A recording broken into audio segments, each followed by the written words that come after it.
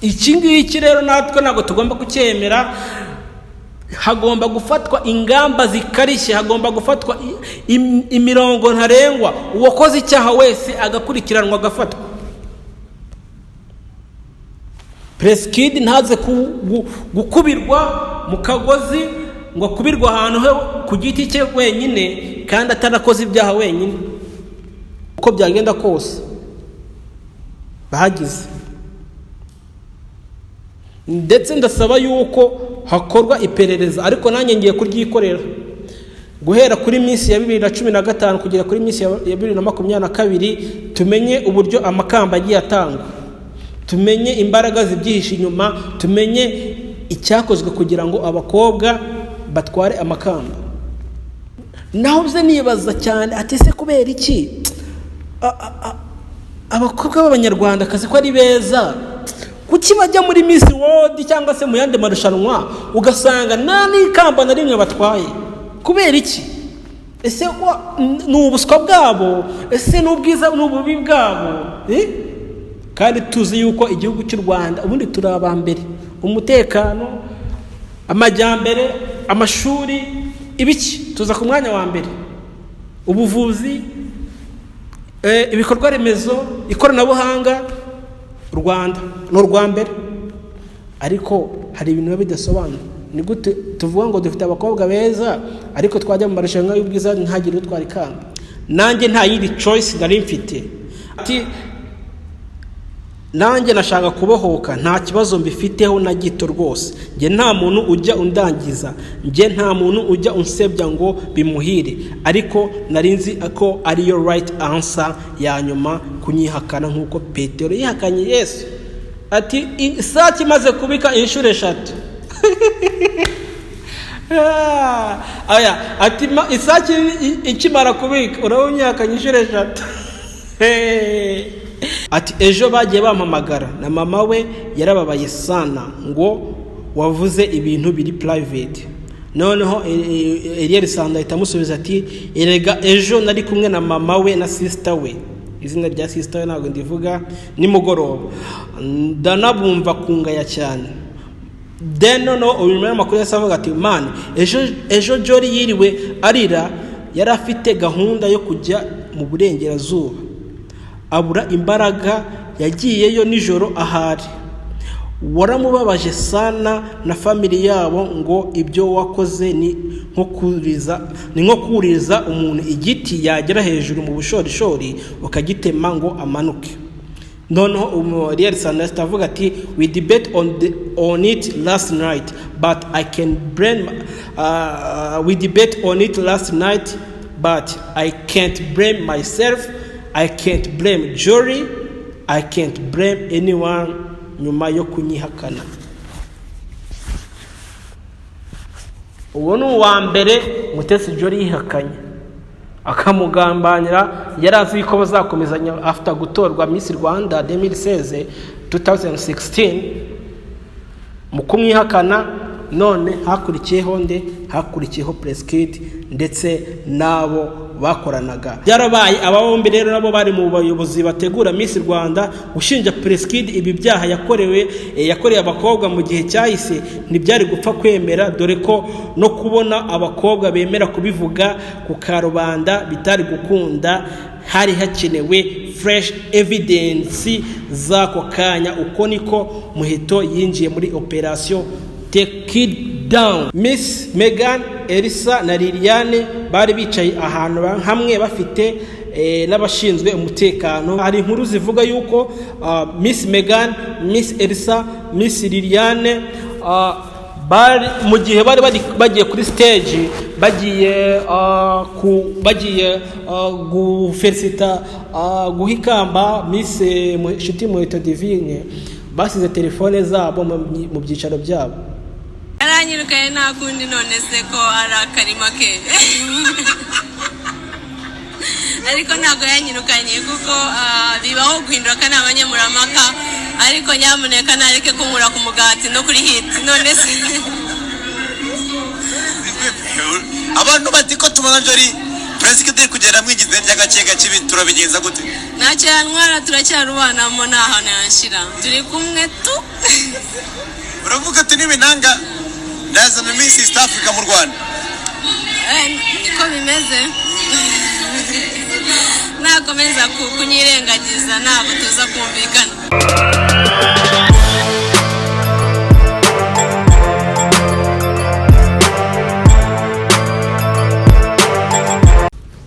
Oh yes, reka mbahe ikaze ndetse nabasuhuze abakunzi ba Hills Beauty aho muherereye hose, abari mu gihugu mu Rwanda ndetse n'abari hanze yacyo. Dukomeza kubashimira uburyo mukomeza kutwereka imbaraga zo kudukurikirana cyane hano kuri Hills Beauty. Mbasaba n'inkunga ya subscribe, like ndetse na comment, mutange ibitekerezo ku biganiro turi kubagezaho muri no minsi. Uyu munsi rero nk'ibisanzwe ngewe nje imbere yanyu, mbere ya screen zanyu, abicaye mu nce zitandukanye, abicaye ku dutaburete, abicaye ku madiva, abicaye ku makuse, abicaye ku dusonga bugari, mwese ndetse n'abaryamye n'abadukurikiye baryamye, ndagira ngo mbanze mbasuhuze ndetse mbabwire ni mukore subscribe. Uyu munsi rero nta kindi, iyi topic tugiyeho ni episode kuri episode, ni step by step tugenda twinjira muri iyi case ya Miss Jory ndetse na Preskid. Uyu munsi rero icyo mbafitiye ni iki? Icyo mbafitiye ni akagambane, noneho kanyako uburyo akagambane katangiye gute, akagambane kaje gushyirwa mu bikorwa na bande ndetse n'abari bari muri kope yose yo muri akagambane ko gufungisha Preskid bari bande. Agira ngo mumaze kubona amakuru atandukanye mu bantu benshi bagenda babwira ibintu byinshi bitandukanye, ndetse namwe hari ibyo mwiziye ku giti cyanyu. Dutangira kuri Miss Jory rero, ndagira ngo twifashishe ijwi yagiranye na Irene, n'umunyamakuru Irene wakoraga icyo gihe kuri The Choice, yakoraga kuri The Choice live, bagirana interview, avuga ati none se icyo gihe Irene yaramubajije ati ariko Preskid noneho yarakwirukanye muri Miss Rwanda. Miss Jory asubiza ashize amanga avuga ati none se ko yayigize nk'akarima ke.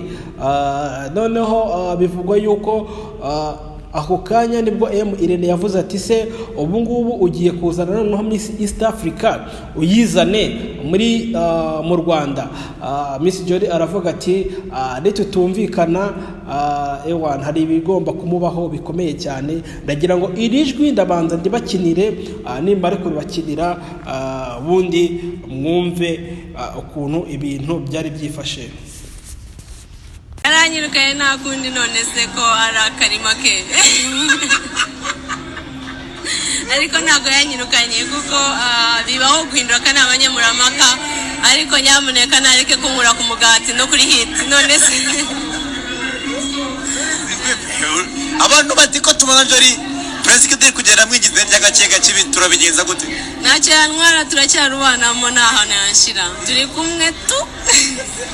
Uravuga ati n'ibinanga ndazana Miss East Africa mu Rwanda. Niko bimeze. Nakomeza kunyirengagiza ntabwo tuza kumvikana. Ngira ngo nimba mwumvishe amagambo Mutesi Jory abashije kwivugira ku giti cye,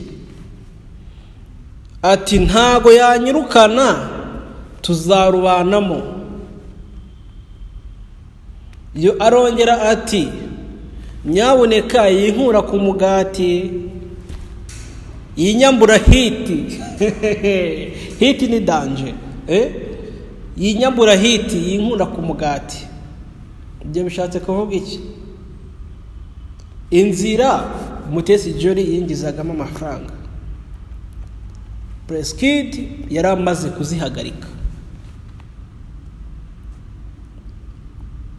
So rero nk'umuntu uzi ibintu mwakoranye byinshi cyane ntago ushobora kwemera, uzi intege nke ze, uzi ahantu zishingiye, ntago ushobora kumwemerera, ntago ushobora kumuha agahenge ko gutuma akomeza ibikorwa nk'ibi ngibi yakoraga. Miss Rwanda yari platform nziza cyane ifite abaterankunga benshi, ifite agaciro mu Rwanda, ikurikirwa n'abanyarwanda, winkura kuri hit. Nimba ifite abaterankunga, hari amafaranga abonekamo menshi cyane. Mutesi Jolly rero ibyo bintu yari amaze kubyakwa, kugira ngo ako kantu mukumve. Ariko ndaza kubasobanurira neza, n'ubundi Preskid yagiye kubimwaka amaze kubona yuko Mutesi Jolly ari kumupangira imipango yo kumuhirika, yo kumurimbura, yo kumufata ku gakanu. Ati tuzarubanamo ntaho wanyirukana, tikani nitutumvikana nudakomeza kunyumva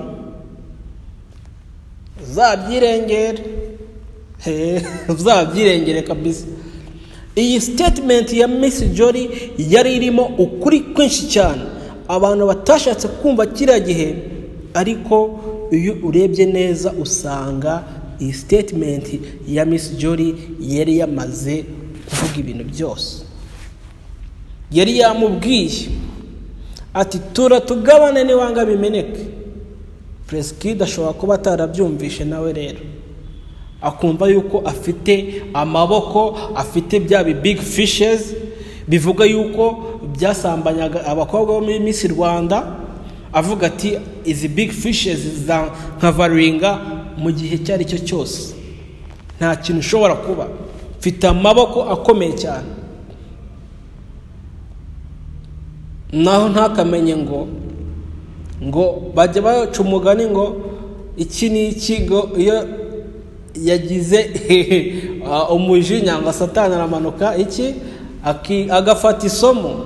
Ntabwo nshatse kubivuga atagira abanyibasira, ariko ngo Satani aramanuka agafata isomo kuwarakaye.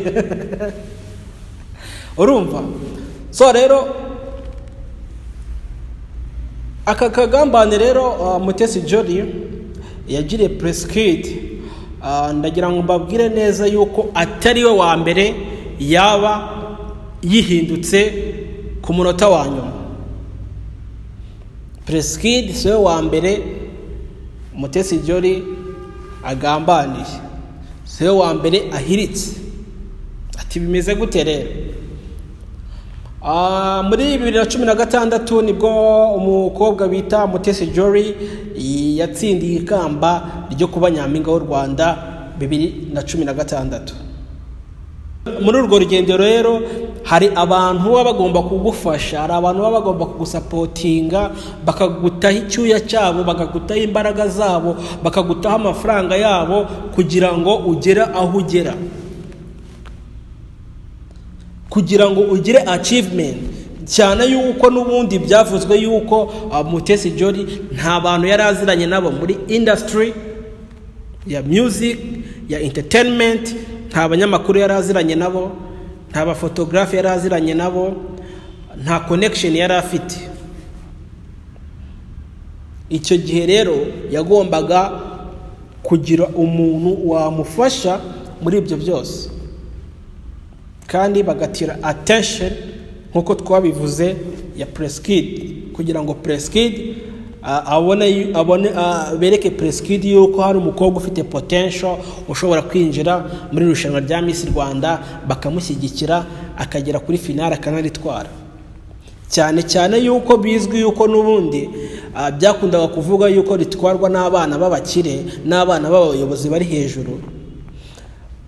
Noneho babonamo potential Miss Jolly, bakavuga ati uyu mwana nubwo ari umwana utifashije, uri muri middle class, turamutse tumushyize imbere agatwara iki gihembo, izo speculation zashira kuko haba habonetse n'undi mwana uri mu cyiciro cyo hasi utwaye iri kamba. Ngira ngo niko byanagenze. Mutesi Jolly yarayitwaye from 2016 up to day, kugeza aka kanya niwe mukobwa ukiyoboye, niwe mukobwa ukiridinze mu bakobwa bose batwaye ikamba rya nyampinga w'u Rwanda. Umakanya antera ibuye. Abandi benshi bagiye batwara amakamba, sijui 2020, sijui 19, sijui 18, sijui 22. Apana, Miss Jory niwe ukiridinze aba Miss bose, ameze nk'aho ari perezida w'aba Miss. Ni perezida w'aba Miss n'ubahagarariye. Nase hari undi mu Miss wajya hari imbere avuga ngo ndazamuye umutwe ndengeje Miss Jory? Ntawe. Uwo muntu rero yihakanye, kandi yaramufashije muri urwo rugendo rwose, yaramusapotinze mu mvura, mu mijugujugu, mu gutukwa, akemera akamurengera. Irushanwa ryararangiye, aramwihakana, avuga ko atamuzi. Understand? Icyo gihe yaratangiye noneho gukorana byeruye na Preskid,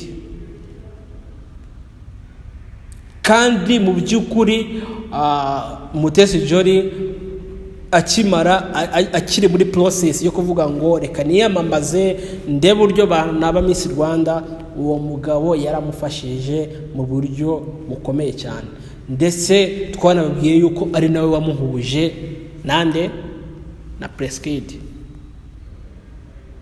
ari watumye Preskid ibitekerezo bye bitaninga kuri Mutesi Jory. Ndahamya neza ko umugabo witwa Ariel Sando, Mutesi Jory uramuzi, iyo ataza kugufasha kariyeri yawe nago ibigeze ahangaha. Bamwe bashobora kuvuga bati ese bimeze bite ubundi ibintu umuvuga murabizi? Niyo mpamvu ahangaha hari ubwino umuntu aba yitwaje. Ngira ngo ahangaha ni muri message zo kuri tariki 17 zo kwa mbere 2016, aho hari message zigaragara zivuga ngo hagati ya Mutesi Jory ndetse na Niyonzima Ariel Sando. Bivuga message ndabasomera akantu gatoya, abazashaka ibyinshi nzabibaha nta kibazo. Amvugishije n'uburyo ambwira ibintu mpita mbona ko level ya personality ye iri hejuru cyane.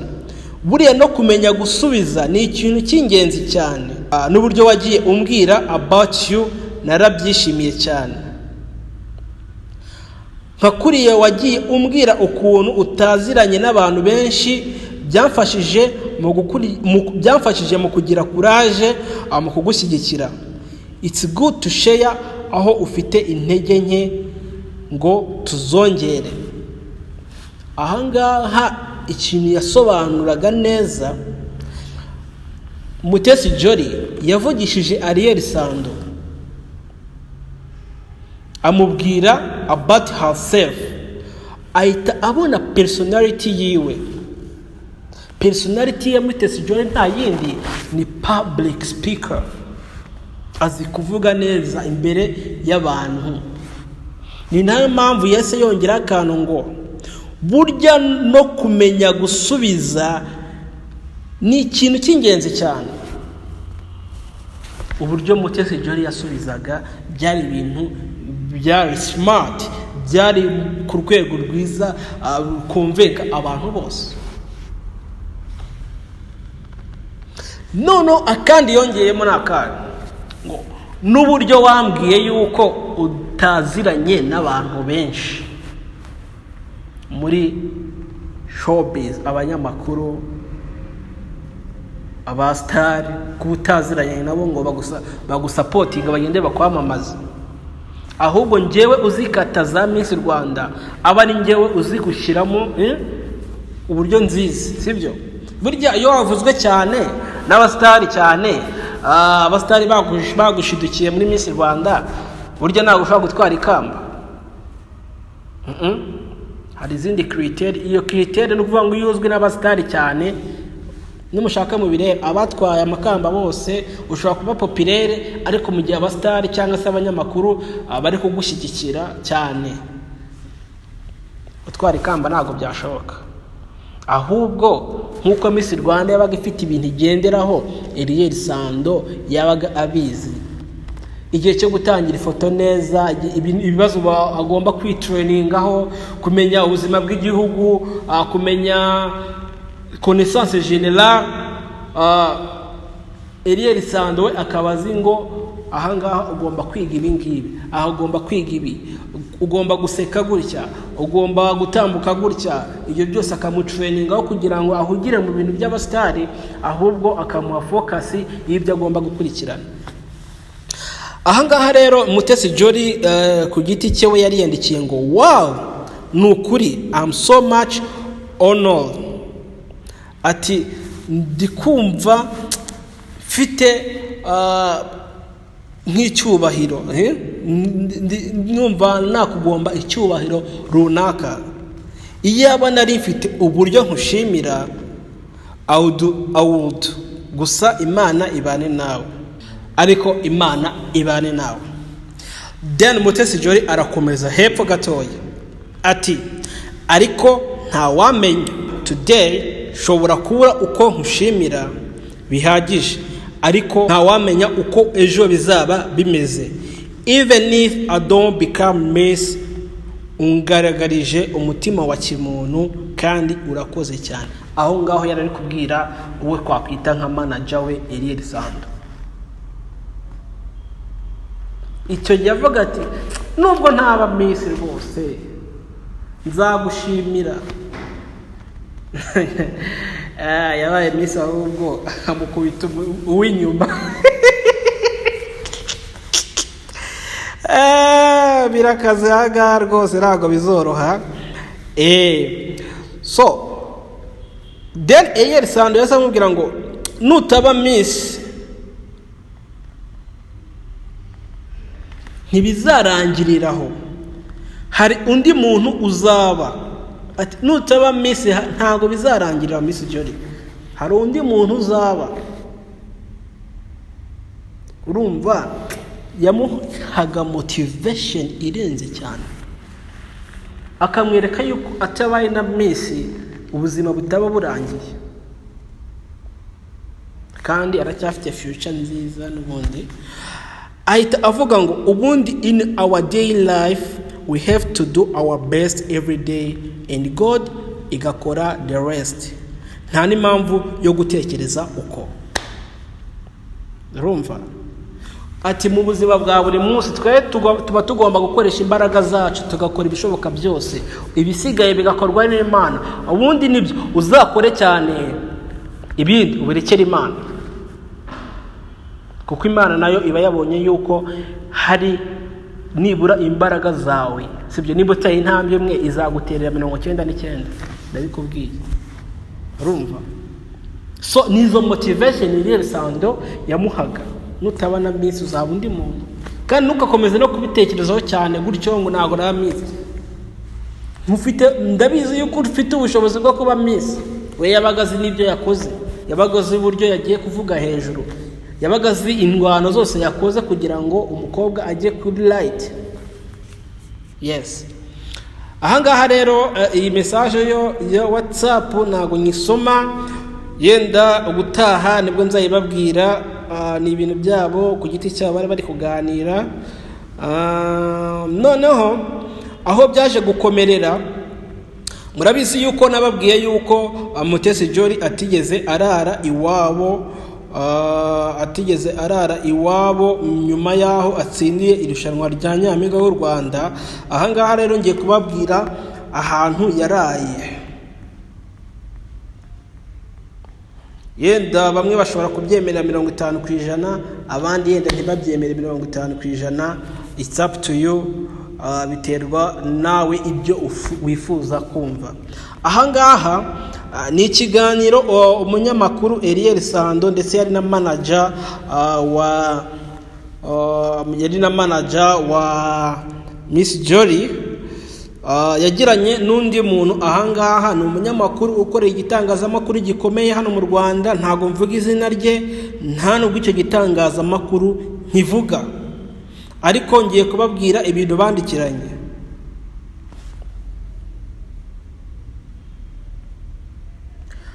ahangaha byari tariki 28 z'ukwezi kwa kabiri 2016.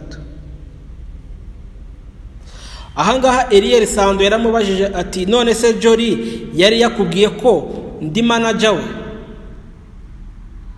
uwo munyamakuru ahita amubwira ngo sha yarabimbwiye.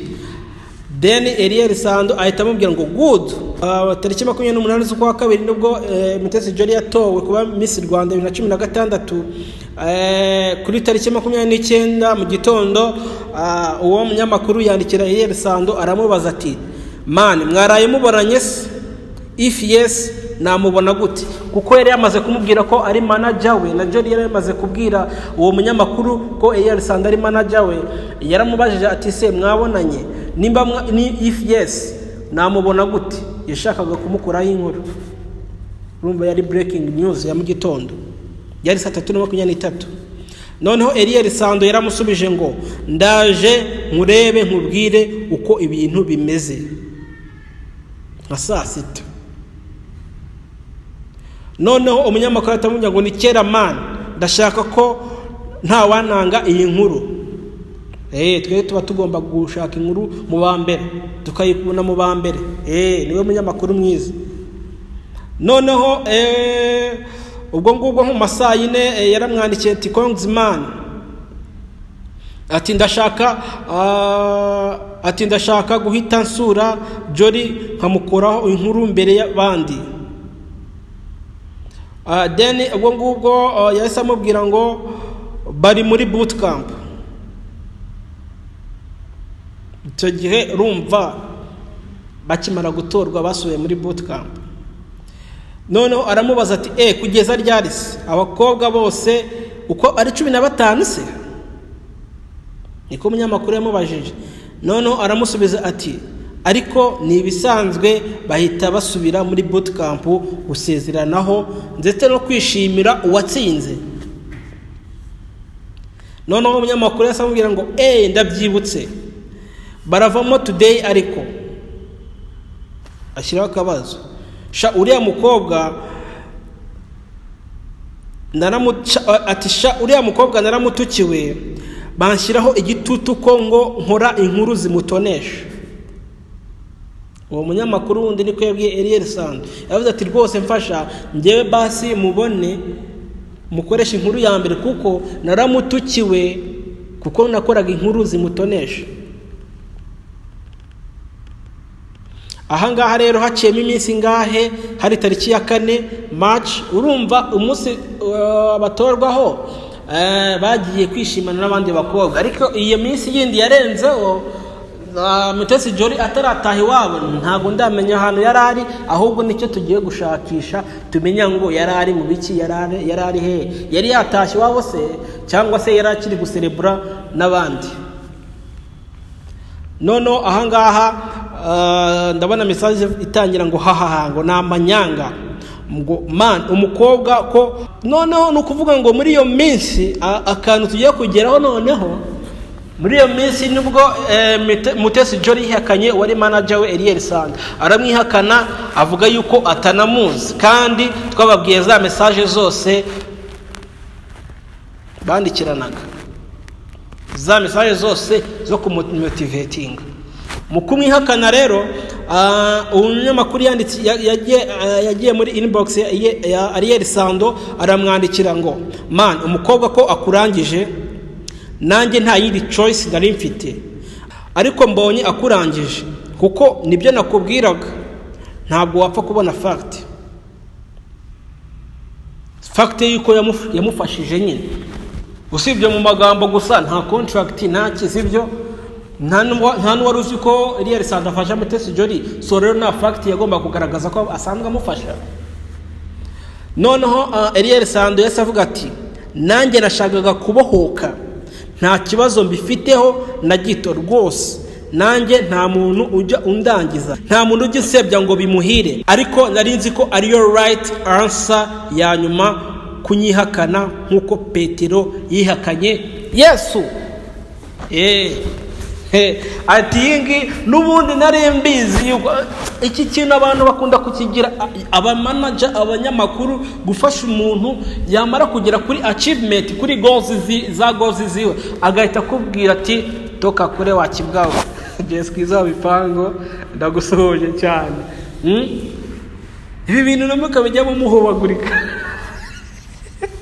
karakantu karasitsa byatari so nukuvuga ngo Elias Sando yarabizi n'ubundi ariko bizarangira ariko filime yizinze ariko mumenye ngo Elias Sando yagiye gufasha Mutesi Jolly bigenze gute Elias Sando yafashije Kundwa Doriane kata yarazize kugira ngo Kundwa Doriane abe Miss 2015 Mutesi Jolly yaramwihakanye yaravuze ati ndabohotse Imana ishimwe ati nanjye nashaka kubohoka nta kibazo mbifiteho na gito rwose nge nta muntu ujya undangiza nge nta muntu ujya unsebya ngo bimuhire ariko narinzi ko ari yo right answer ya nyuma kunyihakana nkuko Petero yihakanye Yesu ati isaki maze kubika inshuro 3 aya ati isaki ikimara kubika urabonyakanye inshuro 3 narimuvuze noneho umunyamakuru ahita avuga ati kandi waranabinteguje already Elias Sando yamaze kubibwira wa munyamakuru yuko nubundi aba n'uwo mukobwa nubundi namara kuba Miss azamukubita inyuma filime ikarangira noneho ubwo icyo gihe rero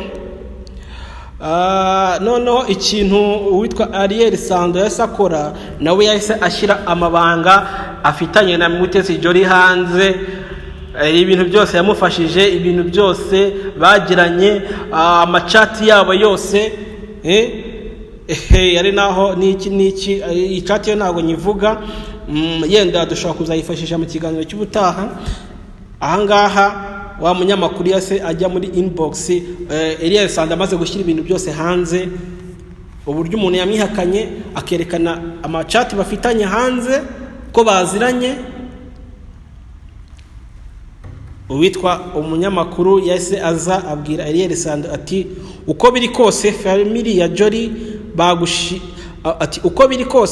Jolly bagushimiye ibyo wakoze ariko ubu barakugaya cyane ati ejo bagiye bampamagara na mama we yarababaye sana ngo wavuze ibintu biri private noneho Elias Sando ahita amusubiza ati erega ejo nari kumwe na mama we na sister we izina rya sister we ntabwo ndivuga nimugoroba ndanabumva kungaya cyane then no uyu makuru yasavuga ati man ejo Jolly Yiriwe Arira yari afite gahunda yo kujya mu burengerazuba abura imbaraga yagiyeyo nijoro ahari waramubabaje sana na family yabo ngo ibyo wakoze ni nko kuriza umuntu igiti yagera hejuru mu bushorishori ukagitema ngo amanuke noneho Elias Sando avuga ati we debate on it last night but I can blame we debate on it last night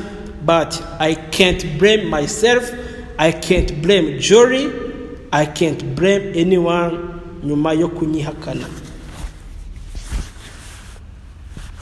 uwo ni uwa mbere Mutesi Jolly yihakanye akamugambanira yarazi ko bazakomezanya after gutorwa Miss Rwanda 2016 mu kumwihakana none hakurikiyeho press kit ndetse nabo bakoranaga ahangaha rero hari amakuru akomeje akakaye cyane avuga yuko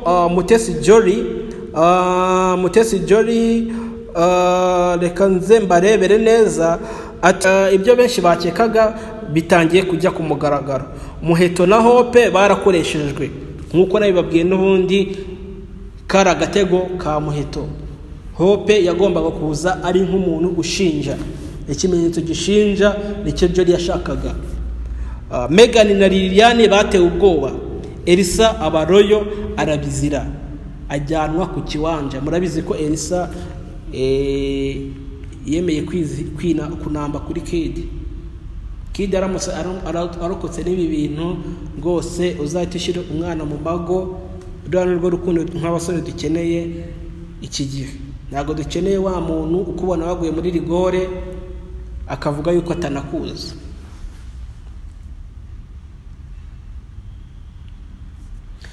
Ahangaha rero hari andi makuru yakomeje kujya hanze avuga yuko hari icyumba kiri muri Grand Legacy abayobozi ndetse n'abakire ndetse n'abantu bateraga inkunga rira rushanwa basambanyizagamo abakobwa.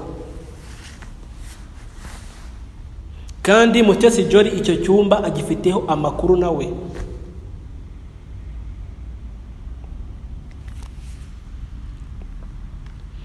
Ahangaha hari inkuru ivuga yuko muri 2021 igihe Mutesi Jolly yari yitabiriye irushanwa rya Miss East Africa nka judge, icyo gihe yaravuzwe cyane muri media za Tanzania, ibintu byamwongereye confidence. Nyuma y'irushanwa Mutesi Jolly yagarutse i Kigali afite umugambi rukumbi wo guhirika Preskid akamwirukana mu irushanwa rya Miss Rwanda.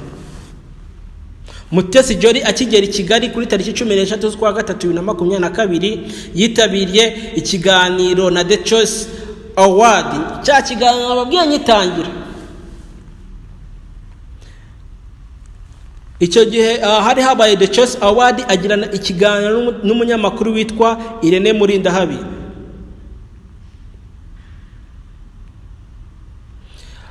Nta kurya iminwa yatangarije Irene ko kumugaragara ko Preskid Miss Rwanda yagize nk'akarima ke ko kandi yari yiteguye guhangana nawe.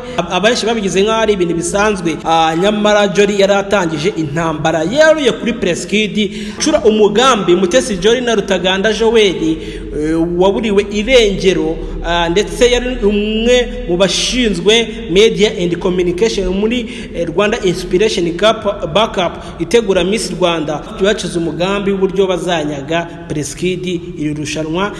Ntibyari kuborohera rero kubona ikintu cyatuma Preskid yamburwa irushanwa. Gusa nk'abantu bari bamaranye imyaka myinshi na Preskid ari na boss wabo, bari bamuzi bihagije, bazi amabanga bafitanye hagati yabo bwite ndetse n'amabanga abakobwa baciye mu irushanwa rya Miss Rwanda bagiranye na Preskid. Jolly na Joel bafashe icyemezo ko uburyo bumwe bwonyine Preskid yatakaza Miss Rwanda ariko yashinjwa ibyaha yakoreye abakobwa bitabiriye Miss Rwanda. Byarabaye aba bombi rero nabo bari mu bayobozi bategura Miss Rwanda gushinja Preskid ibi byaha yakoreye abakobwa mu gihe cyahise. Ntibyari gupfa kwemera, dore ko no kubona abakobwa bemera kubivuga ku karubanda bitari gukunda. Hari hakenewe fresh evidence zako kanya. Uko niko Muheto yinjiye muri operation Take It Down.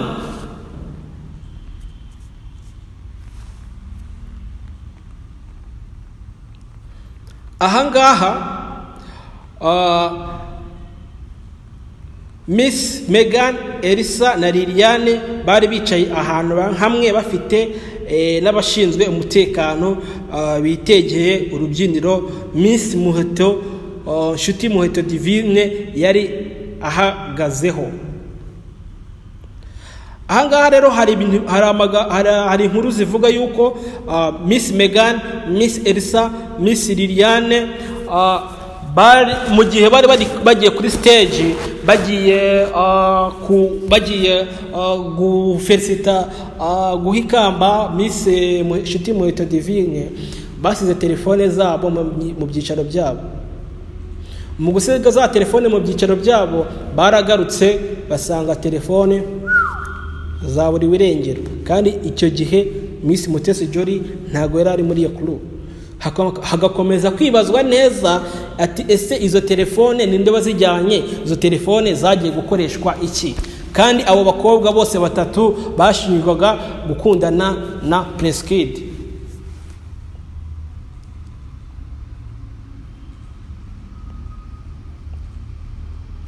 Yes, mu gusoza rero, iyi operation twari tumaze kubagezaho yuko nk'umuntu wafashijwe na Preskid, Mutesi Jolly agafashwa na Preskid akagira hejuru akagera ku rwego rukomeye cyane, ariko bikarangira amuteye inyuma nkuko yabikoze Ariel Sound amufashije nawe akamutera uw'inyuma.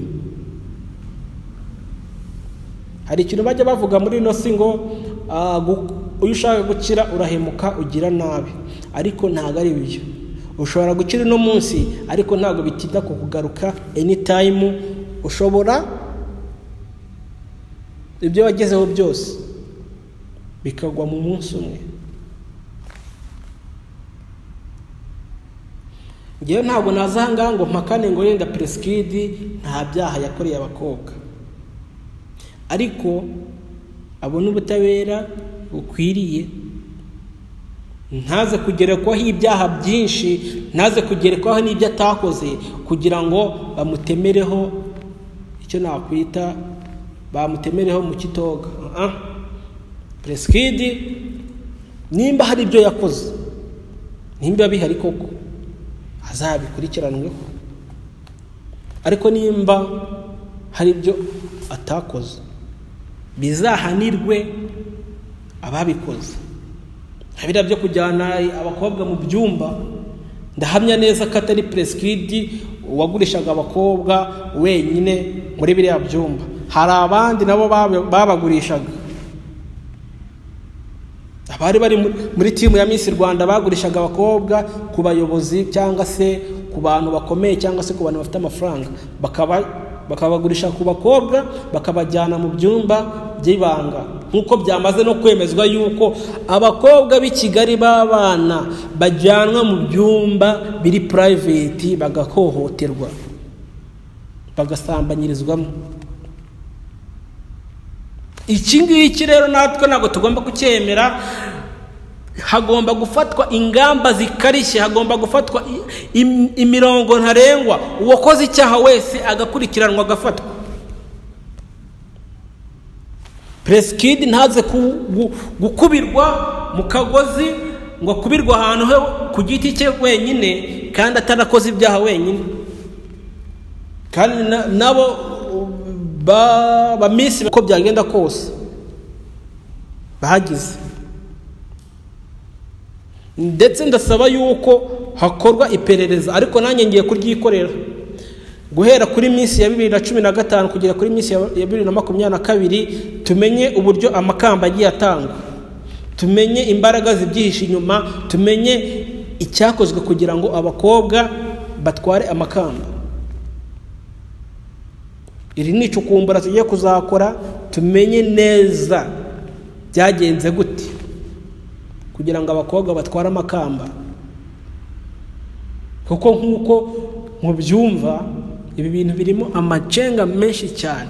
Ushobora gusanga nta mukobwa n'umwe wigeze utwara ikamba ari merita, ari kwiye ku giti cye. Ibyo bintu ni ibintu biri obvious cyane. Naho bze nibaza cyane ati se kubera iki abakobwa b'Abanyarwanda kazi ko ari beza, kuki bajya muri Miss World cyangwa se mu yandi marushanwa ugasanga nta n'ikamba na rimwe batwaye? Kubera iki?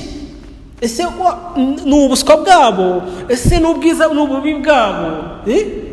Kandi tuzi yuko igihugu cy'u Rwanda ubundi turi abambere, umutekano, amajyambere, amashuri, ibiki tuza ku mwanya wa mbere, ubuvuzi, ibikorwa remezo, ikoranabuhanga, Rwanda no Rwambere. Ariko hari ibintu bidasobanura. Ni gute tuvuga ngo dufite abakobwa beza ariko twajya mu marushanwa y'ubwiza ntagire utwara ikamba? Nuko abashobora kuba barayatwaye amakamba batari babikwiye, hari inzira byaciyemo kugira ngo bayatware. Icyo rero nicyo tugomba gukurikirana tukamenya ngo abanyamakuru mwijya mu nkuru ngo Preskid ngo yaburanye gusa, ahubwo ndagira ngo twese twiye task yo kumenya ngo amakamba buri kamba ryatanzwe hagendeye kuki, biciye mu zenzero.